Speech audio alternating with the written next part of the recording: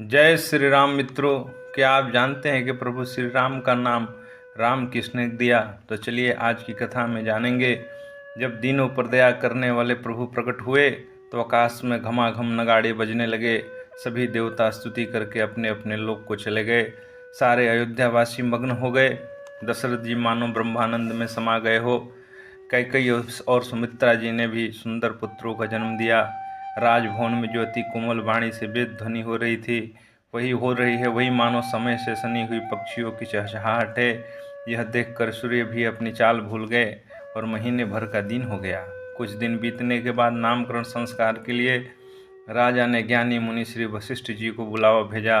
जब वशिष्ठ जी आए तो राजा ने उनकी पूजा करके कहा कि हे मुनि, आपने मन में जो विचार रखा है वो नाम रखिए। तब वशिष्ठ मुनि कहते हैं, जो आनंद सिंधु सुख राशि, सी करते त्रैलोक सुपासी, सो सुख धाम राम यस नामा, अखिल लोकदायक विश्रामा।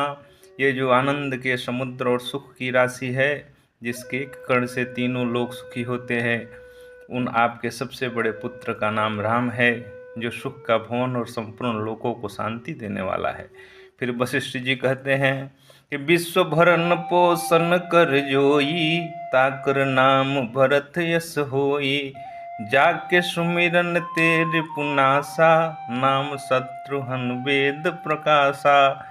जो संसार के भरण पोषण करते हैं उन आपके दूसरे पुत्र का नाम भरत होगा, और जिनके स्मरण मात्र से शत्रु का नाश हो जाता है उनका वेदों में प्रसिद्ध शत्रुघ्न नाम है।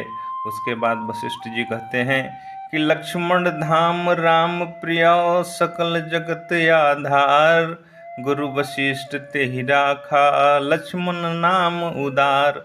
अर्थात जो शुभ लक्षणों के धाम श्री राम जी के प्यारे और सारे जगत के आधार है, गुरु वशिष्ठ जी ने उनका लक्ष्मण ऐसा श्रेष्ठ नाम रखा।